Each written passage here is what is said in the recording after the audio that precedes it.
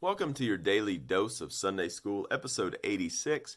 We continue with Greg Kochel's Tactics. We're on chapter 13, Taking the Roof Off. This chapter is all about the reductio ad absurdum. That is Latin for reducing to the point of absurdity.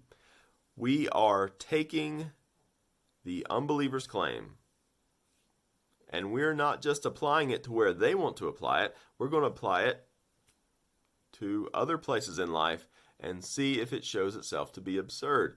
And it will often do this, remember, because the unbeliever is suppressing the knowledge of God. They live in a certain type of world, and they are all the time trying to pretend that, no, this world does not show me God's divine nature. They cannot admit the world they're living in. They cannot admit the morality that God has put inside their heart.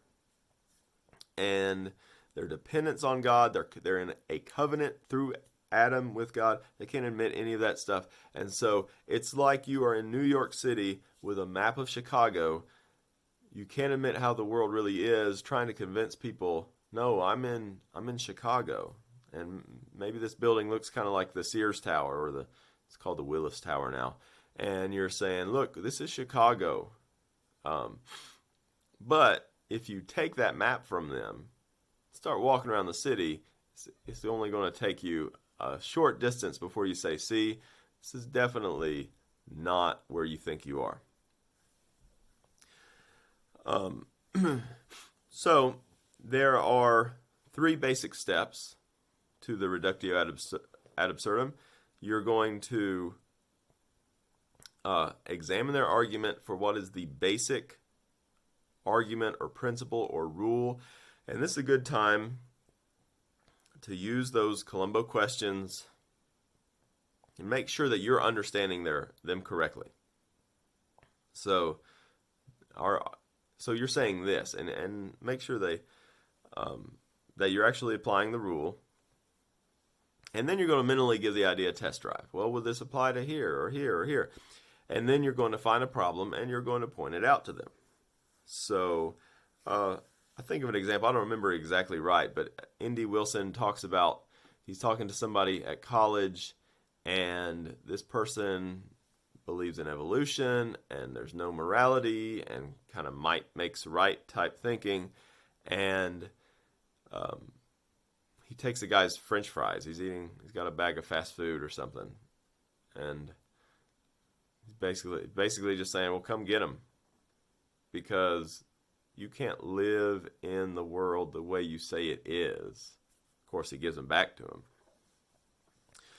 him. Or maybe he just threatened to take the guy's fries. Anyway, it showed the guy that his concept of morality was false. He did not want to live in that world. Kocel gives an example of Mother Teresa. She wrote a letter to the governor of California not to execute a murderer, somebody involved in committed double murder, real awful. And she said that Jesus would forgive, therefore you shouldn't put him to death. Well, what's the basic principle? Jesus forgives, so we cannot punish people. Well, you could apply that to every person in prison for every single reason. You can't leave this guy in prison then if Jesus will forgive. And so it reduces to absurdity. Another example, I thought this was a really good example because it's one of those situations where I knew something wasn't right, but I couldn't put my finger on it. With homosexual marriage, you often have the people making the argument that, well, the state used to forbid interracial marriage and they were wrong. So this is the same thing going on here. Well, you're saying if we do anything that the state did in the past, anything like the state used to do in the past, then when the state was clearly wrong, we don't want to do that now. Well, the state not only forbid things in the past, they also approved of things in the past.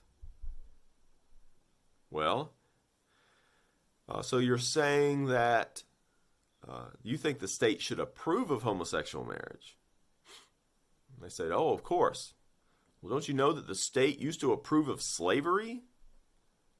We don't want the state to do something immoral where they're approving of what's wrong. So you're not necessarily comparing homosexuality to slavery.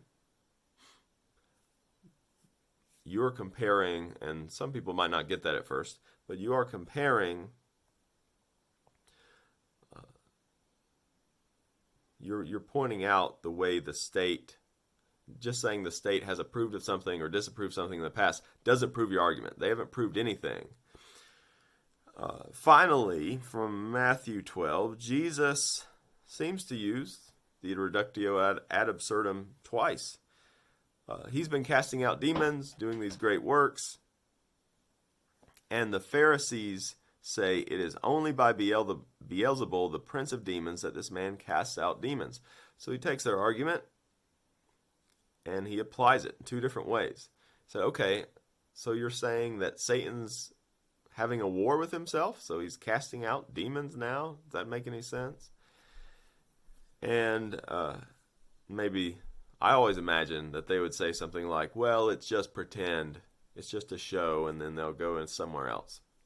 Okay, but he also says, well, by whom do your sons cast out demons? Because why can't we just say the same thing to your sons?